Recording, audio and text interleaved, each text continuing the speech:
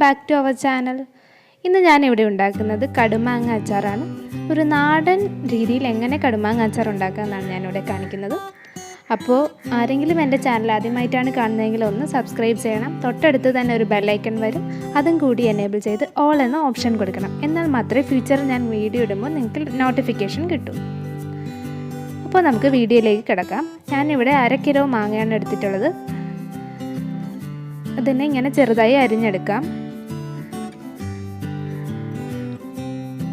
മാങ്ങ അരിഞ്ഞെടുത്ത ശേഷം ഇതിലേക്ക് നമുക്ക് ആവശ്യത്തിന് ഉപ്പിട്ട് കൊടുക്കാം. ഞാനിവിടെ 1 ടേബിൾ സ്പൂൺ ഉപ്പാണ് ആഡ് ചെയ്തിട്ടുള്ളത്.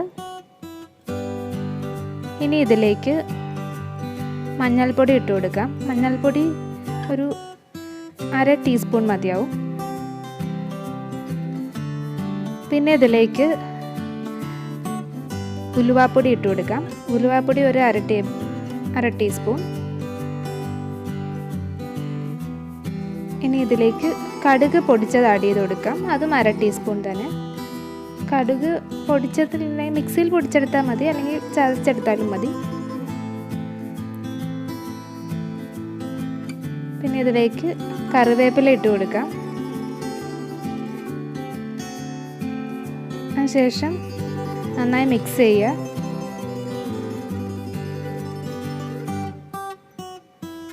കായപ്പൊടി ഒരു 1/4 ടീസ്പൂൺ കൂടി ഇതിലേക്ക് ഇട്ട് കൊടുക്കണം. ഇനി ഇതൊരു 2 മണിക്കൂർ റെസ്റ്റ് ചെയ്യാൻ വേണ്ടി വെച്ചേക്കാം. നമ്മുടെ ഇരുമ്പ് ചീനച്ചട്ടിയിലേക്ക് നമുക്ക് എണ്ണ ഒഴിച്ചു കൊടുക്കാം. അപ്പോൾ എണ്ണ ചൂടാകുമ്പോൾ അതിലേക്ക് കടുക് ഇട്ട് കൊടുത്തു. കടുക് എല്ലാം പൊട്ടി കഴിയുമ്പോൾ അതിലേക്ക് നമുക്ക് കറിവേപ്പില ഇട്ട് കൊടുക്കാം.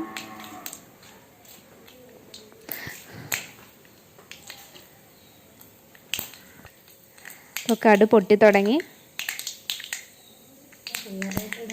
നമുക്കിതിലേക്ക് കറിവേപ്പില ഇട്ട് കൊടുക്കാം. ഇനി ഇതിലേക്ക് നമുക്ക് ഒരു 10-12 അല്ലി വെളുത്തുള്ളിയും ഒരു ചെറിയ കഷ്ണം ഇഞ്ചി ചെറുതായി അരിഞ്ഞതും കൂടി ചേർത്ത് കൊടുക്കാം. ഇത് നന്നായി മൂത്ത് വരുമ്പോൾ നമുക്കിതിലേക്ക് പൊടികൾ ചേർക്കാം. ലോ ഫ്ലെയിമിൽ അല്ലെങ്കിൽ ഗ്യാസ് ഓഫ് ചെയ്തിട്ട് വേണം പൊടികളൊക്കെ ചേർക്കാൻ. മുളക് പൊടി ഒരു 1-1.5 ടേബിൾ സ്പൂൺ ഞാൻ ചേർത്തിട്ടുണ്ട്. പിന്നെ ഒരു 1/2 ടീസ്പൂൺ മഞ്ഞൾപ്പൊടി ചേർക്കണം. നമ്മളിതിൽ വിനാഗിരി ഒന്നും ചേർക്കുന്നില്ല. ഇനി ഇതിലേക്ക്